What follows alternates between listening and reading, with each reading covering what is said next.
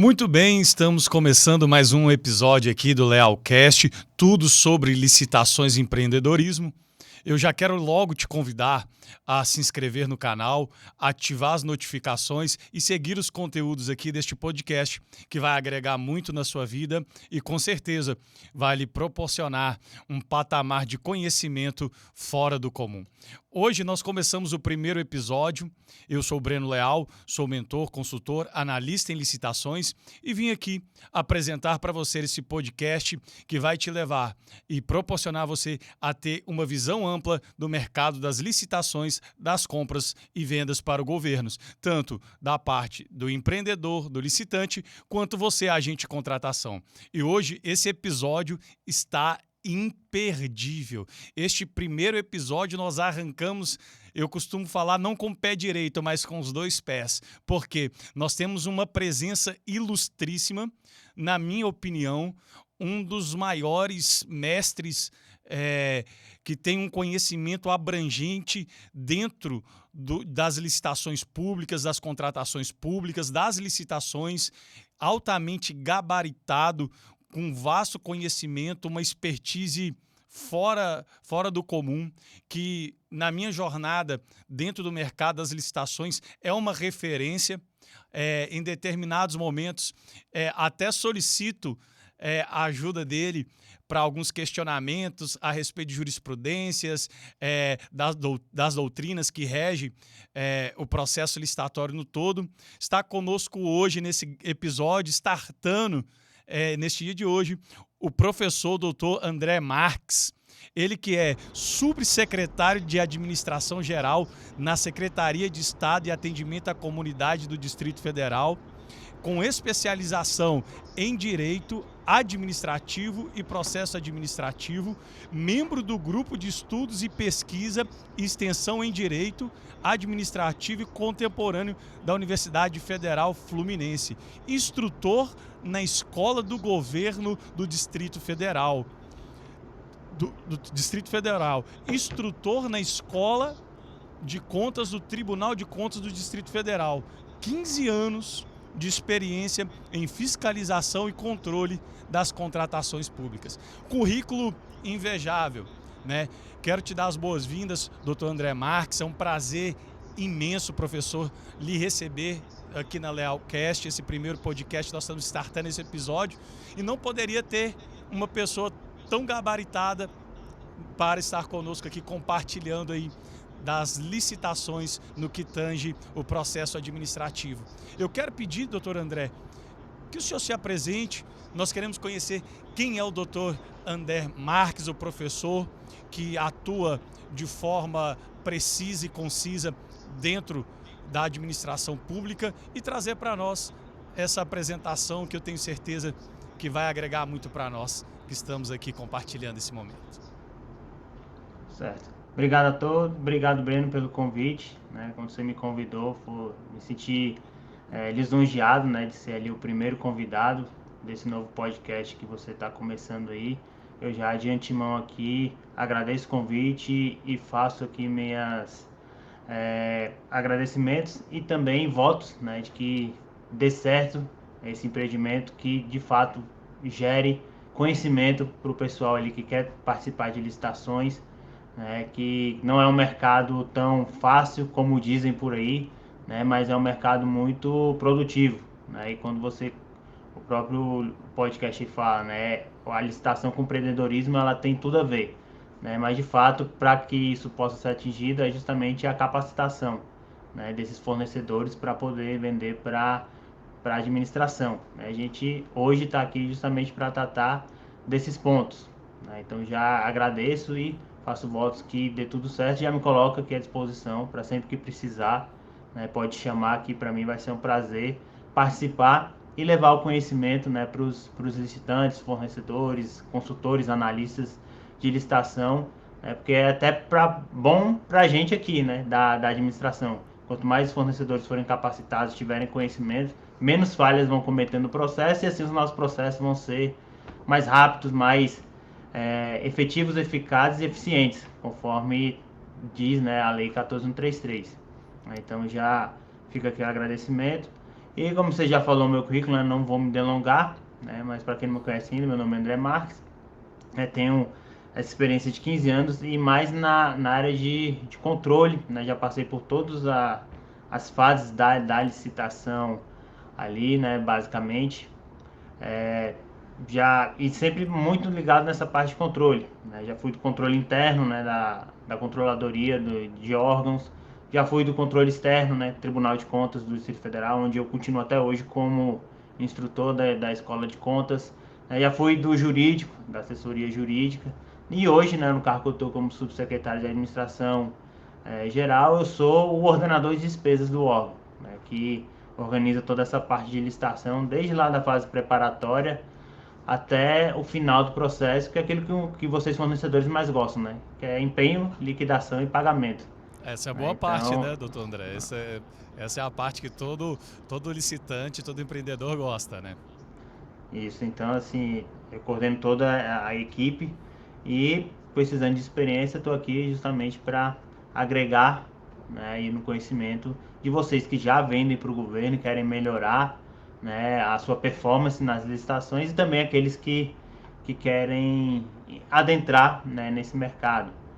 Apesar de muitos gurus aí, né, sempre falar que é o melhor comprador do Brasil, de fato é, mas é uma coisa que eu digo que a licitação ela pode ser para toda empresa, mas ela não é para toda empresa, ou seja, é para aquelas que de fato detêm conhecimento, detêm estratégia, né, detêm ali capacidade tanto de participar da licitação, que para mim é a parte mais fácil, né, quanto da parte de executar ali o contrato, que é a parte que mais de fato importa, né, que é onde vai ser entregue um produto ou um serviço para a população. Né, uma coisa que a gente tem que deixar bem clara, a licitação ela não é para que ela serve. Né, então, uma coisa que eu sempre falo nas aulas que eu dou, nas mentorias, palestras, eu sempre gosto de fazer esse entendimento, seja para o servidor, seja para o fornecedor, consultor, é que vocês precisam, todos, né, precisam entender o que e o para quê, que depois o como fica mais fácil. E você vai ver que tem várias formas do como, mas quando você não sabe nem o para quê, nem o porquê, nem o que é que você está fazendo, né, aquele ali que te ensinaram, você continua repetindo como se fosse é, somente aquela forma, justamente porque você não entende o que nem o para que você faz. A licitação é isso. O que é a licitação? É para atender uma demanda pública, né? Não existe ali nenhuma política pública que é entregue para a sociedade, né, para a população, se não for por meio de licitação, né? Você pensa uma demanda aí que todo mundo, quando você vai na rua e pergunta qual que é a maior política pública que você acha, que você precisa, quase todo mundo fala o quê? Saúde. Então vamos pensar na saúde, como é que é construído o hospital, a licitação, como é que compra os insumos médicos, né, tanto instrumento quanto medicamento, licitação, né, como é que faz a parte de estrutura do hospital, né, mobiliário, ar-condicionado, licitação, né, como é que faz o serviço de vigilância, licitação, serviço de limpeza, licitação, né, a refeição ali que é oferecida para os pacientes, licitação, né, então tudo é licitação. Você vai para educação, a mesma coisa. Vai construir a escola, aparelha a escola, compra os insumos, compra a merenda, é licitação. Vai para a segurança pública, mesma coisa. Como é que eu construo uma delegacia, como é que eu dou o suporte estrutural dessa delegacia, como é que eu compro viatura, como é que eu compro arma, como é que eu compro colete. Tudo é licitação. Então a licitação ela é feita para atender a população, política pública para a população. Mesmo aquelas que não são direto para a população, né, que é da área meio, que é para dar maior qualidade de vida para o servidor, indiretamente também é para a população, que a partir do momento que você dá maior qualidade de vida para o servidor, ele vai prestar um serviço melhor, que é para quê? Para a população, né? No próprio nome, na nossa carreira já fala, eu sou o quê? Servidor público, então eu tenho que servir o público. Então por isso que a gente faz essas licitações meio que fala, né, que é para estruturar aqui o órgão, café, água, né, tudo isso que são para os servidores em si, indiretamente também é para a população, né, que você melhora a qualidade de vida do servidor, melhora o atendimento da população. Então a licitação serve para isso. Se você acha que vai entrar pensando com a questão, você que é fornecedor, vou entrar na licitação para ganhar dinheiro. Não. Dinheiro não é o motivo que você vai entrar na licitação. Você vai entrar na licitação para entregar um produto ou prestar um serviço de qualidade para a população. Essa é a sua missão. Para o bem comum da população, né, doutor André? Exato, para o interesse público. E o dinheiro? O dinheiro vai ser a consequência. Você prestar um produto bom, um serviço bom direitinho, né, você vai receber. Então, essa é uma coisa que a gente tem que mudar na cabeça do fornecedor, que sai muito aí na internet, entre no mercado das licitações, o maior comprador do Brasil, né, que foi quase 1 trilhão só no ano passado, e muita gente entra nesse ponto só com essa visão econômica, né, e o empresário tem muito disso, né, o empreendedor quer de fato lucro, né, mas esse vai ser a consequência do seu produto bom, do seu serviço bom. Você tem que pensar que o primeiro ponto ali, o que vai te motivar é justamente prestar um serviço para a população. A pessoa, você como construtor, né, tá lá, fez de falar, ó, essa escola aí fui eu que construí, né, esse medicamento aí fui eu que entreguei. E mesmo que você preste esse produto aqui para o órgão, né, tô dando melhor qualidade de vida lá para o funcionário da prefeitura, que vai atender melhor a população, que você faz parte. Então, melhor atendimento para você mesmo. Então, esse primeiro ponto que o licitante tem que saber, da mesma forma o servidor. Eu sempre converso com a minha equipe aqui, né, que às vezes é um serviço meio chato, burocrático, né, de ficar aqui mexendo com licitação e papel, e é ETP, é termo de referência, é pesquisa de preço, um monte de coisa. Depois é o pregoeiro ali para mexendo na licitação, agente de contratação, depois é o fiscal do contrato, o gestor do contrato, e muitas vezes eles param e não conseguem perceber, né, o para que eles, o que e para que eles estão fazendo, né, e toda vez que a gente tem aqui as vans, né, que a gente adquiriu para prestar o atendimento à comunidade em zonas mais afastadas, zonas rurais, né, zonas ali de vulnerabilidade que o pessoal não consegue vir aqui para o centro para ter esse serviço. Aí a van vai lá, né, aí sai o post no Instagram da secretaria. Eu sempre comento, ó, tá vendo essa van aí? Né, foi vocês que compraram, vocês que adquiriram. Se não fosse o trabalho de vocês, lá na ponta não tinha. É isso. Então você tem que motivar também o servidor, que muitas vezes o próprio servidor não entende o que ele está fazendo. Acha que é só uma coisa mecânica, burocrática, de repetição. E a gente sempre tem que falar, ó, a importância de quem trabalha com licitação. Porque se não fosse a gente, né, nada aí na ponta, nenhum serviço para a população seria entregue. Então a licitação é isso. Né? É para quê? Prestar um serviço de qualidade, entregar um produto para a população. Que na verdade no frigir dos ovos é quem paga todo mundo. Quem paga o salário do servidor é a população. Quem vai pagar o que a empresa lá vai receber é a população. Né? Então, ela que te paga, se ela te paga, ela é o seu patrão. Então você tem que prestar um bom trabalho para o seu patrão, que é a população, na qual você também se insere, ou seja, você mesmo é o seu patrão, porque você paga imposto. Né? Tanto o empresário paga até demais, né? E o servidor também, que não tem nem como sonegar que já é descontado na folha. Então, já é retido direto na fonte, né, doutor? Isso. Então, assim, a gente tem que se colocar nesse lugar de saber o que a gente está fazendo e para que está fazendo. Porque aí depois o como vai fazer fica mais fácil, né? Você não vai ficar desmotivado, não vai ficar ali sem entender as coisas. Então, primeiro de tudo é sempre entender o que e o para quê. E depois o como, né? Que é a forma que a gente discute, né? Qual é a melhor forma, é assim, o assado, né? A melhor estratégia, isso é o como. Isso aí é até mais fácil de você fazer depois o que você entende, o que e o para que você está fazendo. Eu achei muito interessante, doutor André, o senhor pautar, né, na maestria esses dois parâmetros, tanto quanto o lado do empreendedor, do fornecedor, quanto da administração pública, e também os dois se conscientizarem qual é as suas funcionalidades nas suas funções.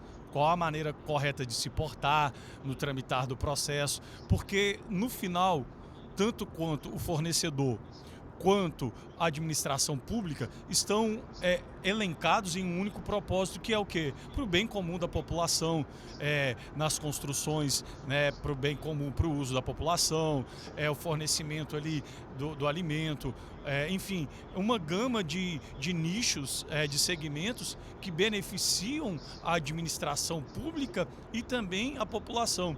Quando o senhor mencionou que o servidor, né, tem as licitações do meio, né, para que o funcionário público ali, ele tenha uma comodidade, uma dignidade em proporcionar o seu serviço para a população, ele também precisa de estar bem amparado e respaldado para poder fornecer ali e prestar um serviço de qualidade para a população, porque o propósito é o mesmo. É para quê? Para que toda a população do nosso território nacional possa ser beneficiada. Interessante, doutor André, o senhor pautou, antiga, a Lei 866, ela tinha algumas prerrogativas e neste momento de transição da Lei 14.133, que foi sancionada em 2021, ela nos trouxe inovações, tal como as modalidades que se extinguiram, entraram modalidades novas, principalmente o diálogo competitivo que tange, né, que é uma grande novidade, né, doutor André? O senhor, nessa maestria como professor, conhece bem as modalidades. No ponto de vista do senhor como mestre, como instrutor, como educador, qual foi o maior benefício que a Lei 14.133 trouxe agora para a administração pública e para o fornecedor? Maravilha.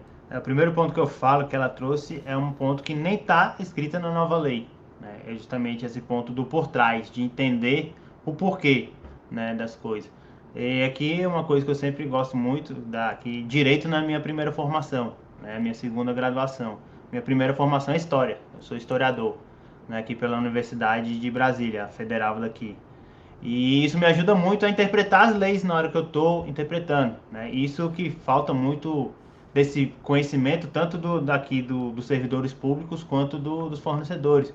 E o pessoal acha que a lei brota assim do nada da cabeça dos legisladores, né? Seja deputados, senadores, falar, hoje acordei com vontade de fazer uma nova lei de licitação. Vou falar, não, isso não existe, né? Toda uma construção, toda lei é resultado de uma construção histórica, política, econômica, cultural, né? Que vai moldando aquilo até chegar no ponto de publicação, né, daquela lei.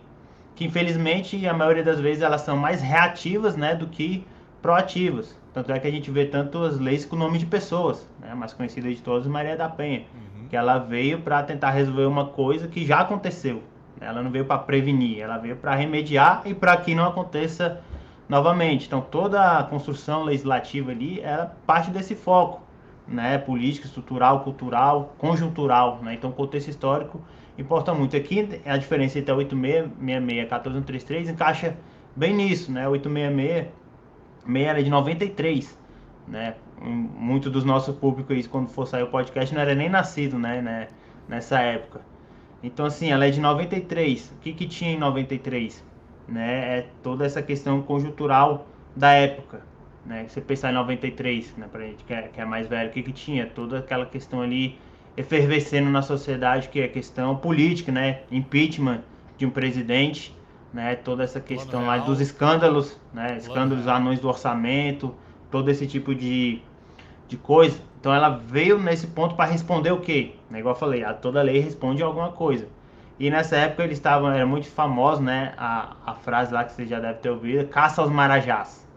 Né? Quem eram os marajás? Eram gestores públicos. Né? Todos aqueles escândalos do anões do orçamento e tal, mostrava ali, gerou uma certa desconfiança em relação ao gestor público. Né? Então a lei ela veio muito reativa nesse ponto, fechando ali a atuação do próprio servidor, né? Porque na 866 tinha que justificar, né? Como na 1433 também tem. Só que a justificativa no 8666 era muito mais fácil. Por quê? Porque ela restringia a atuação do gestor. E qual era a justificativa dele? Eu estou fazendo isso aqui conforme artigo tal da 8666. E depois as outras decretos, né, instruções normativas que vêm no arcabouço legislativo para compor a lei, né, ienes, portarias, resoluções. Então, que a gente estava no contexto que chamava lá da administração pública burocrática, que era justamente essa que é o quê? A gente tem na administração pública, né, dividido em grandes 3 macro processos ali de segmento, até histórico. Né? Primeiro a administração patrimonialista, que era aquela da época absolutista, né, dos reis, dos imperadores, que tinha essa confusão de patrimônio. Não se sabia o que era privado, o que era público. O rei era dono de tudo, então ele podia dispor daquela forma, do jeito que ele quisesse.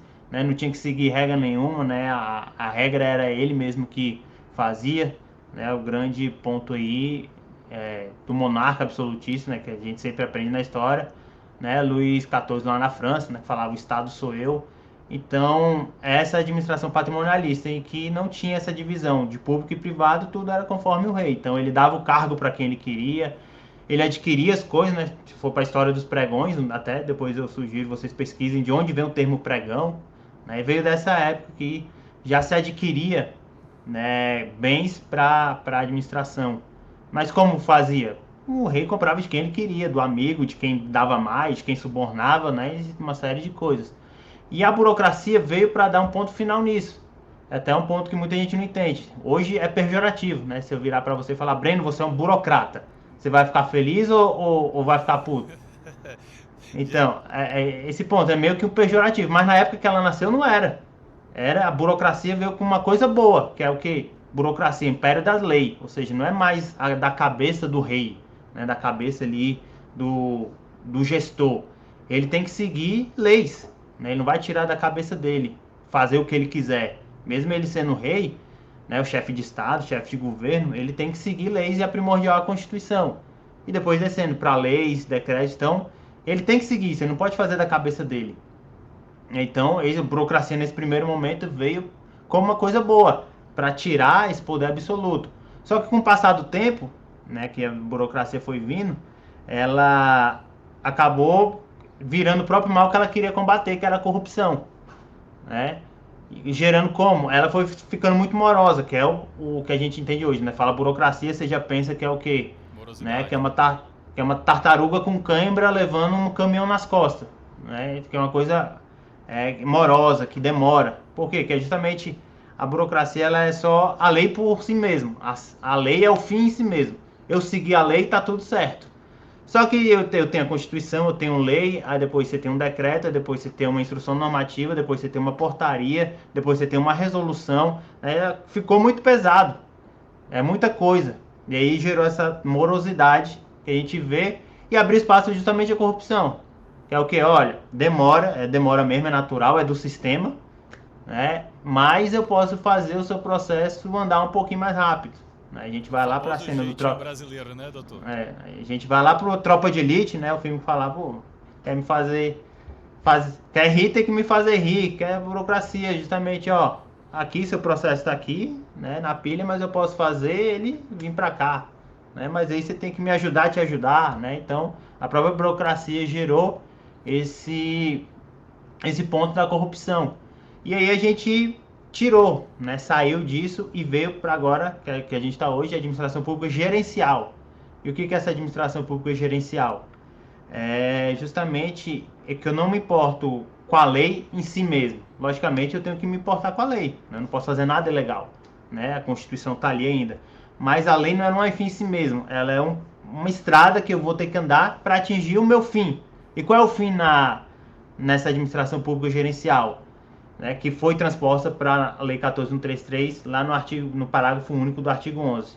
Eficiência, eficácia e efetividade nos contratos. Né? É isso que eu quero. E, logicamente, para atingir isso, eu vou seguir todo o trâmite legal. Então, justamente, a maior diferença, foi você me perguntou, entre a 8666 e a 14.133, foi justamente essa mudança do paradigma das duas. A mentalidade das duas, é uma coisa que eu sempre falo, né, nos meus cursos, nas minhas aulas. Pode estar escrito a mesma coisa entre a 8666 e na 14.133. Está escrito a mesma coisa. Tem várias coisas lá que praticamente se repetem, mas você não pode analisar e interpretar isso da mesma maneira. Por quê? Porque elas são diferentes por isso. Uma é burocrática, a outra é gerencial. Uma está procurando só a lei. Eu segui a lei, está tudo certo. Outra aqui não. Né? Na 14.133 eu até brinco com os alunos e falo. A 14.133 falar o gestor, eu tô aqui na 14.133 e eu segui a lei. Né? Eu até brinco, que é como se fosse um político, chega no horário político e fala que é honesto. Você não está fazendo mais do que a sua obrigação. Você quer o quê? Um aplauso por causa disso? Então a mesma coisa na 14.133, eu segui o que a lei fala. Obrigação sua, seguir o que a lei fala. Mas eu quero saber se aquilo, a sua contratação, a sua licitação, atingiu o objetivo, que é o quê? Eficiência, eficácia e efetividade, que é o quê? Comprou o que tem que comprar, com o menor prazo possível e com o menor custo possível, atende aquilo que foi pensado lá atrás no planejamento, quando eu fiz o PCA, quando eu fiz o ETP, isso vem para cá na hora da entrega. Atingiu? Atingiu, beleza. Então aí tudo bem.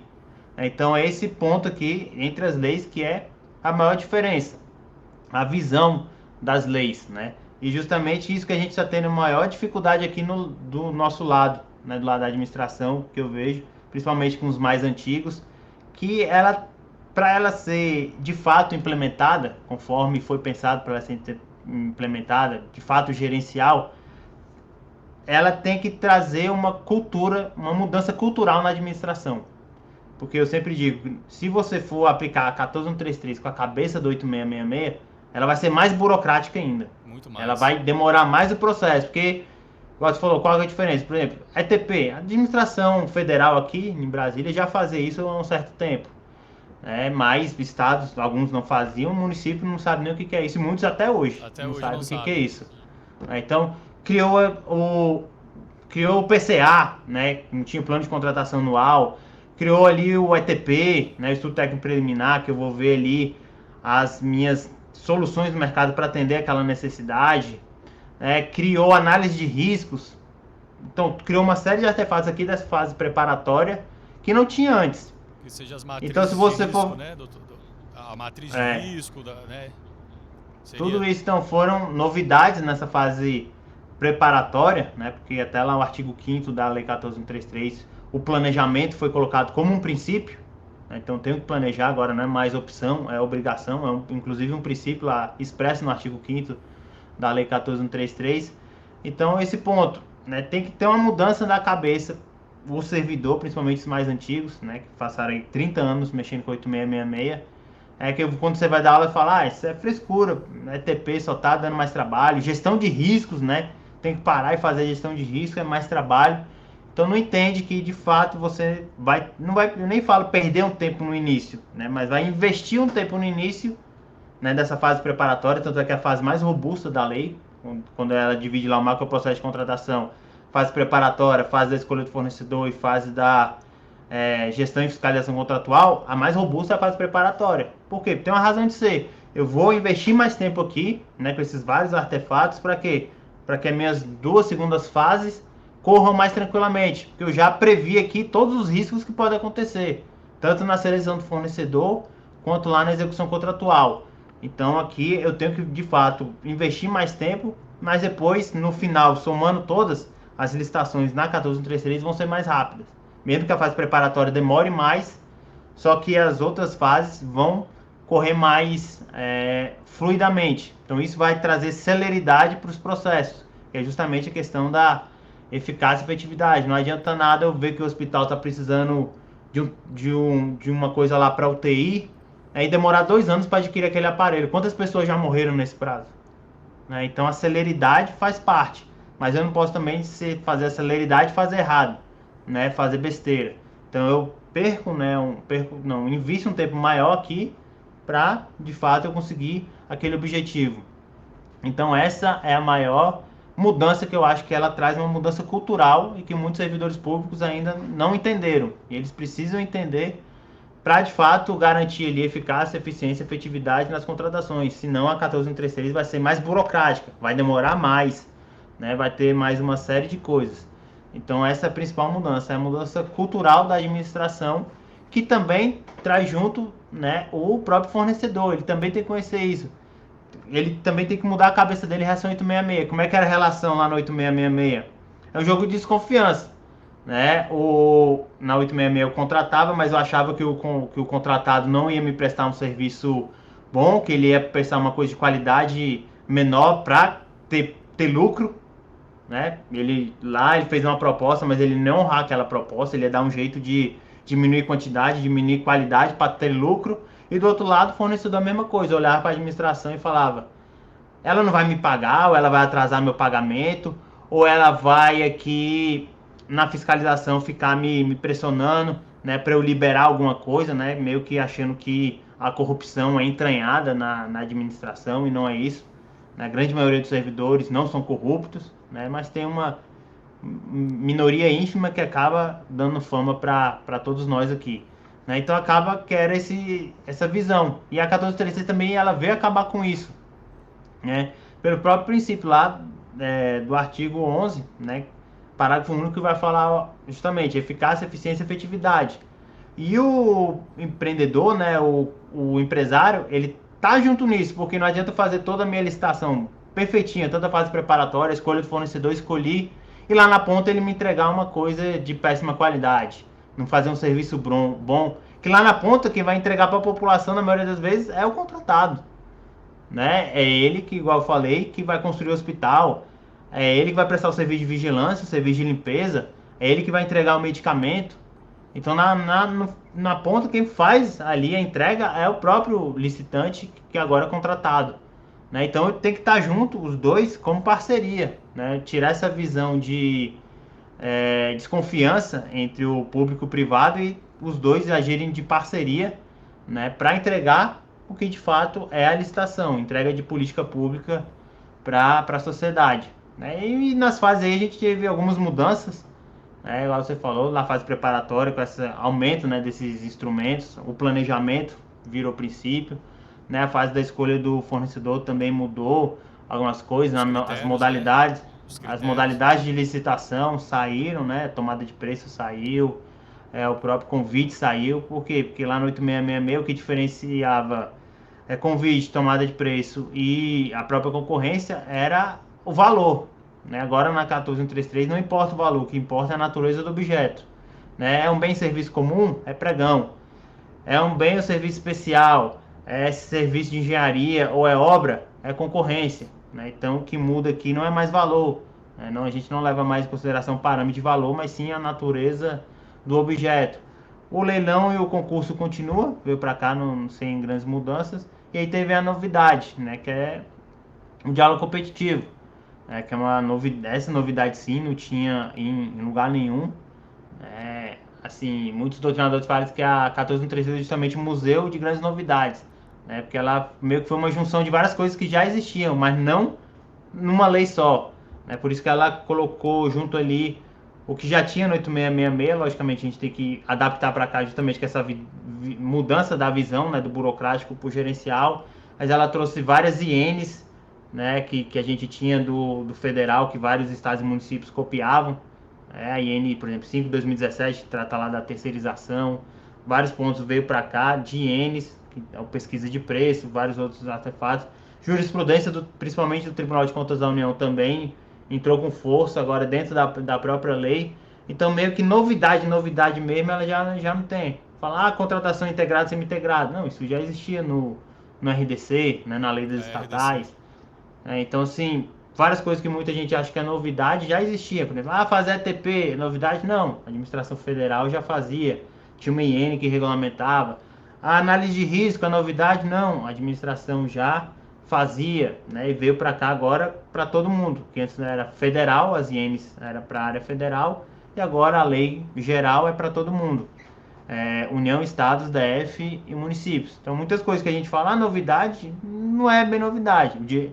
As coisas que eu podia falar que é novidade mesmo é o que? O PNCP, que não existia antes, né, o Portal Nacional de Contratações Públicas, e o diálogo competitivo, que isso não existia em lugar nenhum na legislação brasileira, né, ele vem importado das diretivas da União Europeia, né? Até brinco que é a Ferrari, né? Veio lá da Europa para cá. Mas tirando isso, muitas das coisas que o pessoal acha que é novidade, não, já existia ou em regulamento federal, ou em jurisprudência do TCU, ou no RDC, ou na lei das estatais, né? Mas isso não é novidade. Pode ser novidade para você, enquanto município, ter que fazer ATP, né? Mas isso não foi criação da nova lei. Eu acho interessante, doutor André, esses apontamentos que o senhor mencionou, porque existe uma concepção do empreendedor, do licitante, a respeito da administração pública no que tange a parte da corrupção. É algo muito importante que o senhor salientou, né, essa parte burocrática da 866, essa transição da 14133, trazendo essa publicidade, essa equidade, isonomia do processo, que eu acho que é importantíssimo hoje no contexto que nós estamos vivenciando. As pessoas hoje enxergam ainda o processo licitatório, o tramitado do processo administrativo ainda com aquela mácula, né, como o senhor falou, que não pode generalizar, que todos, é uma pequena parcela de servidores que atuam dessa forma ilegal e imprudente com o erário público, mas nós entendemos algo, que o mercado das licitações, como o senhor falou, do fornecimento para o governo, seja de produtos ou uma prestação de serviço, é para todas as empresas, mas nem todos. Por isso que é muito importante esses canais de comunicação aqui, o podcast aqui, para trazer uma consciência para aquele que almeja e deseja atuar no mercado das licitações, entender as suas funcionalidades, as suas etapas, e que também precisa se preparar. Essa função que o senhor exerce de educador é uma função que de primazia dentro do processo licitatório, porque o que eu observo hoje, tramitando o processo, até nas mentorias que nós temos, os nossos alunos que estão conosco na mentoria, nós observamos, doutor André, um total despreparo no conhecimento, porque eles têm essa concepção do guru. É só faturar milhões. Realmente existem contratos milionários, correto? Que no reger aí do processo para o bem comum da população. Só que eles pensam que é somente, eu vou entrar, vou tramitar o processo de qualquer forma, não tem uma preparação tanto da parte da administração pública, o ETP, o estudo técnico preliminar, a matriz de risco, como o senhor mencionou. Então acho que o processo é simplesmente algo banal, e não é, e é algo tão sério e que precisa, na realidade, de ser levado mais a sério. E, na minha concepção, eu vejo algo hoje, principalmente, a 14133 trouxe essa prerrogativa de 99% dos processos são eletrônicos, Isso, de alguma forma, é bom, e ressalvo aqueles municípios até 20 mil habitantes, que podem fazer o processo de forma presencial, mas utilizando a tecnologia, gravando a sessão. Eu acho isso importante. Mas hoje, para o empreendedor hoje que não conhece o mercado, ouviu falar esses gurus da internet, e ele quer entrar para atuar, para fornecer, seja um produto ou prestar um serviço para a administração pública, qual é o melhor conselho que o senhor, como um educador e na vasta experiência, o senhor deixaria para esse empreendedor? O conhecimento, Você quer entrar ali nessa empreitada, beleza, é um ramo muito bom, Se não fosse, a gente não teria tantas empresas disputando uma licitação, mas você tem que conhecer e saber jogar o jogo certo, o jogo correto. E muitas vezes a gente vê aí, que até o professor Rony Charles, fala, o meu mestre também, dos doidinhos, que entra na licitação, acha que é só preço, que a licitação é gincana, e não é assim que funciona, A gente já falou para que serve a licitação, o que ela é, e justamente por isso ela não é uma gincana, Ela é um procedimento sério que a gente faz porque a própria Constituição manda fazer, ressalvados lá os casos da contratação direta, inexigibilidade e dispensa. Mas, tirando isso, tem que ser feita a licitação. Então, ela é uma coisa séria, Não é gincana. Então, tem que procurar conhecimento, procurar entender, de como funciona a licitação. E também entender do seu próprio nicho ali, do que você quer participar. E muitas vezes aparecemos aqui que eu acho que ele não entende nem daquilo que ele mesmo está se propondo a vender, Porque tem muitos atravessadores, Muitas vezes as empresas que estão ali, elas nem vendem aquele produto, nem prestam aquele serviço. Elas vão lá, participam da licitação, com esse pensamento errôneo de que, se eu ganhar, depois eu me viro. E muitas vezes isso até dava certo antigamente, na 8666, porque essa questão das infrações, das penalidades, elas não eram bem estabelecidas na 8666. Então acabava que as empresas cometiam infrações, seja na hora do certame, seja depois na execução do contrato, e acabava só no certame, eu desclassifico, inabilito e pronto. No certame ali eu faço eu rescindo o contrato e chamo outra, Eu tinha ainda a dispensa de remanescente que eu podia fazer. Só que agora na 14233 isso mudou. Essa parte de correlação entre infração e penalidade ficou muito clara, Hoje bem fácil, Isso serviu tanto para a gente aqui que estabeleceu parâmetros, quanto também para o fornecedor foi bom, porque ele não fica mais a discricionariedade ou alvedrio do gestor, né, de querer aplicar a penalidade da cabeça dele, né, o valor da cabeça dele, o tempo da penalidade da cabeça dele, não, tá tudo na lei falando, né, os limites. Você pode andar aqui dentro dessa linha. Né? Então, assim, isso foi bom para os dois lados, tanto para a administração quanto para o fornecedor. Mas uma coisa que o fornecedor tem que ter em mente é que mudou, né, justamente essa cultura também vai mudar.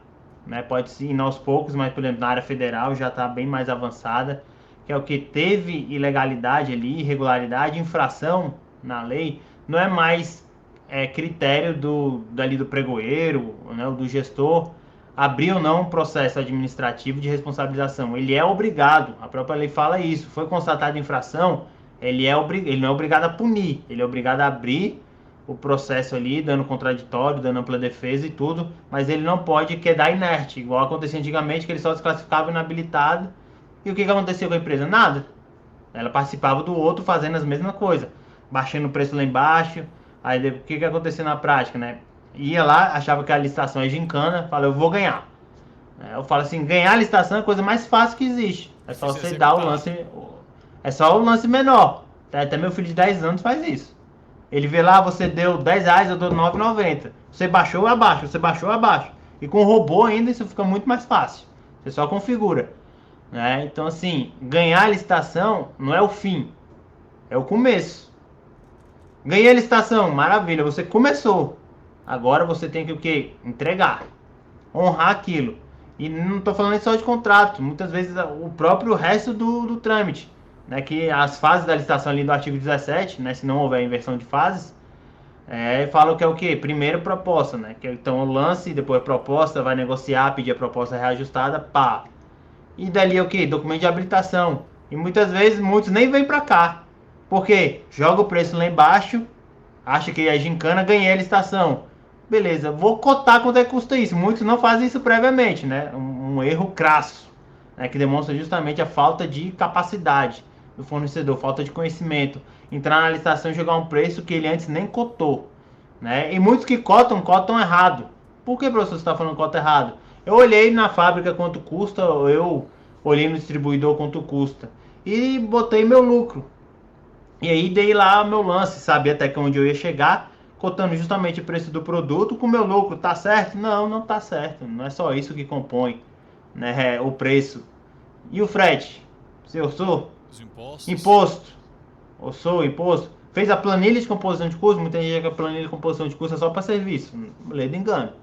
Ela tem que ser feita também para produto, justamente para o fornecedor ele saber até onde ele pode chegar. Que ele vai saber os reais custos dele. E muita gente fala, eu só cotei quanto é custo e botei minha margem. Não, e tem frete. E muita gente não sabe nem como é que funciona frete. Pega esses gurus da internet que fala triangulação de nota. Isso é 1 em 1000. Você vai conseguir uma transportadora e faça triangulação de nota. Que é o quê? Pegar aquele produto que chegou lá no porto, né? Ou por onde foi, e já entregar no órgão. Na maioria das vezes vai fazer o quê? Você vai ter 2 fretes. O produto chegou no porto, vai ter que vir para você e depois você vai ter que despachar para o órgão. Ou seja, você tem que perder 2 fretes. E nesse caminho, né, principalmente daqui para o órgão, tem um negócio que você vai muitas vezes cruzar estados. Né? E tem um negócio que chama de FAO, diferença de alíquota do ICMS, que de um estado para outro muda. Então você pagou aqui, tá, mas aqui é um pouco maior, você tem que pagar essa diferença. Se eu sou isso, né? Ou seja, muita gente, coloquei, mas professor, eu coloquei a planilha, coloquei o imposto na minha planilha. Tá, mas você vai entregar onde? Vai passar do estado? Você já verificou nesses estados qual é o imposto? Se vai ter que pagar a diferença? Então é tudo isso que você tem que constar na planilha. Aí fazendo isso aí a gente tem licitantes conscientes que sabem até onde pode chegar. E eu oro e me esforço para que isso aconteça com todos. Por isso essa capacitação. Né? Por isso eu louvo de novo o Breno com esse podcast para justamente ensinar a fazer do jeito certo. Porque se todo mundo fizesse isso, eu não ia me preocupar com uma coisa que chama inexecuibilidade da proposta. Que é uma coisa que tem afetado totalmente as licitações, inclusive as futuras. Sim. Né? Que eu até falo por que muitos aqui do lado de cá também, a gente tem o nosso erro. Que é o fato de que do pregoeiro não matar no peito e desclassificar. Pela inexecuibilidade. Esse adendo, professor, é muito importante do artigo 59. O que nós temos observado, eu estou falando agora da parte de cá do balcão, o senhor está da outra parte. O que nós vemos de empresas licitantes com propostas inexequíveis, aí quando chega num parâmetro de uma obra de engenharia, lá que o parágrafo 4º, né, que se eu não me engano, fala que 75%, né, abaixo do valor orçado pela administração, é considerado inexequível. Então, principalmente eu tenho observado, professor, nas obras de engenharia no que tange a parte elétrica, por exemplo, energia fotovoltaica, manutenção de iluminação pública, está absurdamente uma defasagem de preço. E quando fornece, vou dar um exemplo na iluminação pública, quando se coloca lá uma luminária de LED, se coloca da pior qualidade, com uma semana está lá piscando a energia, a luz ali, e não traz benefício nenhum. Então, essa parte eu acho interessante que o senhor mencionou, que o agente de contratação, ele se posicionar e não, eu vou usar até uma palavra, se o senhor achar adequado ou não, o senhor tem toda autoridade em corrigir, mas uma certa prostituição do mercado com a questão das propostas inexequíveis. O TCU manifestou que 52,4% das obras públicas de 2024 estão paradas, justamente por conta das propostas inexequíveis, e aquela empresa licitante não consegue executar o objeto. O que o senhor tem esse adendo a fazer concernente a essa pauta? Bem, essa questão de inexequibilidade ela é muito problemática, né, dos dois lados. Primeiro é desses doidinhos, né, igual o professor Rony Charles fala, e também entra no modo doação, né, que o Éder também fala muito, né, que é um modo, né, de disputa, que é a doação, né, aquele que doa mais para a administração, né. Então, assim, a gente tem formas de combater isso, né, que é justamente desclassificando, utilizando os parâmetros legais, né, que a própria lei trouxe, e também os parâmetros dos normativos. A lei expressamente ela só fala dessa questão da execuibilidade para obras de serviço de engenharia, né, que ela fala lá que você lendo a lei você entende que aquilo é uma inexecuibilidade manifesta, né, mas isso o próprio Tribunal de Contas da União já falou há muito tempo que não existe essa inexecuibilidade manifesta, ela é relativa, ou seja, eu tenho que dar oportunidade para o licitante demonstrar a execuibilidade da proposta dele. E quando a gente vai para os outros bens e serviços, a lei não trata, mas, por exemplo, a IN Federal, né, a 73 de 2022, que cuida lá quando é o critério de julgamento menor preço e maior desconto, ela fala de 50%. Só que lá ela deixa mais claro, que é indício de inexecuibilidade. Então, o que eu tenho visto que me preocupa não é se está desclassificando direto ou não, porque eu não posso desclassificar direto. Inclusive, decisão recente do Tribunal de Contas da União falou que se eu desclassificar direto, sem dar oportunidade de ele comprovar a execuibilidade dele, é erro grosseiro. E quando o Tribunal de Contas fala erro grosseiro, quer dizer, vai punir o agente público, né? No caso ali, o pregoeiro. Então já está mais que pacificado. Inclusive é súmula do TCU, súmula 262 ou 272, se não me engano, que trata disso, que não pode haver a desclassificação direta, tem que ofertar ali, fazer diligência e pedir execuibilidade. Então isso não me preocupa, que já está mais do que pacificado. O que me preocupa é a análise dessa execuibilidade, né? Quando o preço está lá embaixo, abaixo dos 75% ou abaixo dos 50%, você obrigatoriamente não pode classificar direto, mas também não pode classificar direto. Tem que fazer diligência. O que me preocupa é a resposta dessa diligência. Que eu já vi ali pregoeiro, né, agente de contratação, aceitando uma mera declaração, né, falando: declaro que o preço é execuível, vou entregar o produto ou prestar o serviço de acordo com o termo de referência. Isso não existe, né? A lei fala muito claramente lá no artigo 59 que deve ser comprovada a execuibilidade, né? Uma mera declaração não comprova nada. Quando eu vejo isso no processo, eu já recebi aqui, né, eu começo a rir, que eu lembro, para quem é mais antigo igual eu, vai lembrar de uma coisa que chamava Caceta e Planeta. É um programa de humorístico lá da Globo. E lá tinha as organizações Tabajara, né? E o dono das organizações Tabajara era o seu Creyson. E quando ele vendia produtos duvidosos, né? E depois quando o pessoal ia reclamar, funciona mesmo, seu Creyson? Ele fala, funciona por quê? porque eu a garanto, né? Então a declaração é isso, é o seu Cresce falando. Então a declaração não serve para comprovar absolutamente nada. O que vai comprovar? É justamente a planilha de composição de cursos da empresa ali, com todos esses cursos detalhados. E se for alguma coisa abaixo, ela tem que comprovar isso. Igual, por exemplo, o valor do produto, ela pode zerar na planilha? Pode, desde que ela comprove. Fala, ó, eu não vou precisar adquirir esse produto que eu já tenho em estoque. Tá aqui a nota fiscal, mostrando quanto que eu comprei isso, né? Tá aqui a foto desse produto em estoque. Beleza, zerei. Ah, aqui é questão de imposto, eu vou zerar porque eu sou isento aqui na minha região. O cara vai e comprova o decreto, alguma coisa ali, que demonstra que ele é isento, então ele pode zerar aquele custo. Transporte, não, eu vou zerar porque a licitação, eu também estou no mesmo município aqui e eu vou entregar, eu tenho um caminhão da minha empresa, então não vou gastar com frete. Ele vai, mostra a foto do caminhão, né? Então ele tem que comprovar aquilo que está na planilha dele que foge desse parâmetro, né? Quando ele vai zerar ou quando ele vai abaixar muito. Ele tem que comprovar. Então não basta muitas vezes só a planilha. Tem que ser a planilha de composição de custo com a comprovação daquilo que vai estar abaixo da realidade de mercado. Então essa é a comprovação lá que eu tenho que fazer para não ser desclassificado conforme lá está no artigo 59. Só que aqui passando para o lado de cá, e muitas vezes eu até entendo, né, que eu falo que eu sou duas caras muitas vezes, quando eu dou aula, né, quando eu tô lá dando aula, dando palestra, falando com os servidores, eu bato muito nos tribunais de contas, principalmente o TCU, que ele é um dos principais incentivadores do que pode fazer qualquer coisa para salvar o menor preço, né?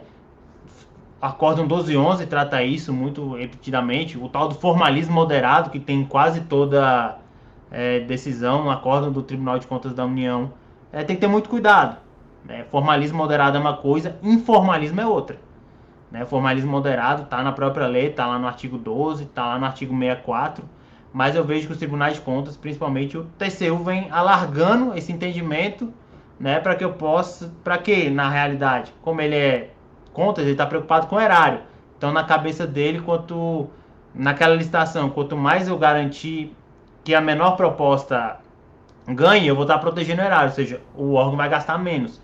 Só que isso muitas vezes é um engano, porque se for pegar lá no artigo 11 da lei que fala do objetivo da licitação, ele vai falar no inciso 1º, se não me engano, é adquirir ali ao preço, não é nem o preço, é adquirir a questão mais vantajosa.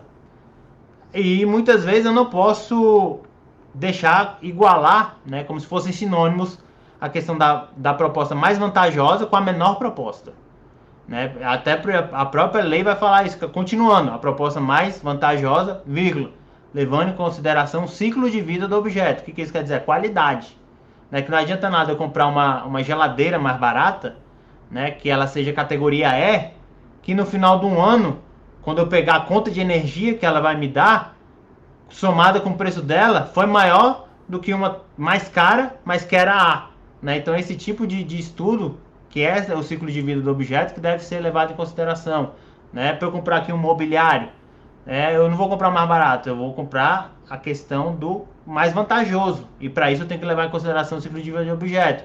Eu sempre cito a cadeira, vamos supor, tem duas cadeiras, essa custa 100, essa custa 150, qual que é mais barata? A de 100, né? Mas eu pego, analiso o material e tudo e falo, essa de 100 vai durar 2 anos, essa de 150 vai durar 5 anos, qual que é mais barata? É a de 100, mas qual que é a mais vantajosa? A de 150, por quê? Porque ela vai durar 5 anos, então no período de 5 anos eu vou gastar 150. Se eu for adquirir essa aqui, no período de 5 anos, eu vou gastar 200. Porque eu vou ter que comprar duas, né? Então esse tipo de coisa que a administração tem que estudar. Por isso que o planejamento virou princípio lá no artigo 5º. E onde que isso é retratado? Tem que ser retratado, né, no termo de referência. A lei fala lá mais vantajoso. Quando que ela vai falar menor preço? É no critério de julgamento. Então como que deveria ser teoricamente? Eu tenho um termo de referência bem feito, bem estruturado, bem planejado, que o quê? Que me garanta que todas as propostas que chegarem na minha licitação terão a mesma qualidade. A partir do momento que eu tenho todas as propostas com a mesma qualidade, aí sim eu utilizo o critério do menor preço para escolher entre elas. Por quê? Porque todas vão ser iguais. vão ter a mesma qualidade, né? Então, por isso que a primeira falha da administração é lá na especificação, lá no termo de referência, seja produto, seja serviço. Não especifica direito da margem, né, para entrar aventureiro com preço muito baixo. Então, o primeiro erro. Segundo erro, sai da fase preparatória, tem o erro da fase preparatória, vem para o erro da fase da escolha do fornecedor, que é justamente o pregoeiro ficar com medo. E ele fica com medo de quê? Justamente do Tribunal de Contas. Porque se ele não, para ele desclassificar a menor proposta, ele vai ter que arrumar 1.500 justificativas para isso. Que o tribunal vai perguntar por que você desclassificou. Ah, tava faltando documento. Não, mas você fazia diligência e pedia documento. Ah, mas tava. Não, mas você fazia isso e arrumava. Não dava prazo, dava não sei o que. Ou seja, é toda uma cobrança em cima do servidor que ele fica com medo de desclassificar. E o que ele faz? Ele joga a batata quente lá pro fiscal. Fala, ó, ele me jogou aqui o menor preço. Né? Eu pedi a comprovação da execuibilidade. Ele me apresentou uma declaração, né? Ou ele me apresentou uma proposta, uma planilha ali, mas sem muitos elementos comprobatórios. Eu poderia até desclassificar, mas se eu desclassificar, vai vir um tribunal em cima de mim e ficar me enchendo o saco, que eu tenho que justificar por que eu desclassifiquei, por que eu fiz isso, não abri diligência, não fiz aquilo outro. O que ele faz? Eu classifico e lá na hora dele entregar o produto ou prestar o serviço, se ele não prestar um serviço bom, entregar o produto bom, aí vai caber ao fiscal penalizar. Então ele joga a batata quente pro fiscal, que isso que eu acho não é certo. Já tendo elemento suficiente para a questão da não comprovação da execuibilidade, o próprio pregoeiro tem que desclassificar. Isso não é invenção, está expressamente escrito no artigo 59. Mas eu entendo do outro lado que é o que? O medo. Né? Até a gente já ouviu falar aí direito administrativo do medo, apagão das canetas, é justamente isso, o medo de ser penalizado. Porque se ele faz alguma coisa errada aqui, a gente que é servidor, quando a gente faz alguma coisa errada, né, a gente pode ser penalizado pela mesma coisa em 4 instâncias diferentes. Né? Pode ser administrativa, respondendo PAD, penal, se for crime, vai responder penalmente, né? Se teve prejuízo ao erário, vai responder perante o Tribunal de Contas e também vai responder até uma ação civil pública de improbidade, que o Ministério Público oferece. Então, pela mesma coisa que a gente faz, a gente pode tomar 4 cacetadas diferentes. Isso acaba gerando um medo no servidor, que é justamente o professor Rodrigo Vargas fala isso lá na tese dele, né, desse direito administrativo, do medo que gera apagão das canetas. Os caras ficam com medo de decidir. Sim. Então ele não banca aquilo ali.